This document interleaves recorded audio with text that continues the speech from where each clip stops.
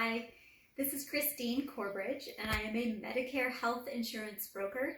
And today I want to talk about Medicare Part D for drugs. Many people ask me, do I have Part D? Because they're looking at their Medicare health insurance card and it has Parts A and B on it. But where is Part D? D is not listed on your Medicare card, but you do get it through a private insurer. If you have a Medicare Advantage plan, it is included with that plan. If you have a Medicare Supplement plan, it is its own plan or a standalone prescription drug plan. It is through private insurers.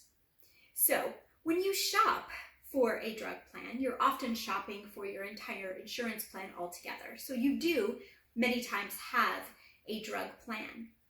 Please note, when you are shopping for your prescription drug plan, you do need to have yourself or someone like me look up your medications on those plans.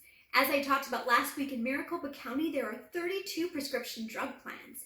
That means there's a lot of options, and there's a reason that there's such a range of premiums. So which plan you're going to choose is based on your specific medications and your pharmacy, things like that. Do not go and pick a drug plan based on a premium that you see or a name that you recognize. So when you get a drug plan, what does it cover? It's going to cover, if you did use a broker or look up those medications on Medicare.gov, you will notice that you have a tier or copay associated with each of your medications, and that's what you will end up paying. That is a much more detailed conversation that you can have with me offline or perhaps in another video. So what happens if you don't get a drug plan? If you do not have a drug plan, you will have a penalty of 1% of the average cost of a Medicare drug plan for every month that you did not have a drug plan and you should have. Then, how long will that last? Well, it will last forever. So you do not want to be stuck without a drug plan. But if you do, still, we will figure out what it is, and I'll explain it to you, and we can walk through what that looks like.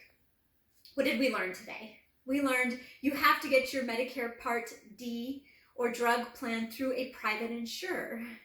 And if you don't, there is a penalty. And again, do not just pick a company, have someone do the work for you.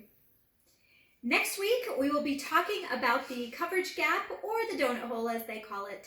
So we will see you then.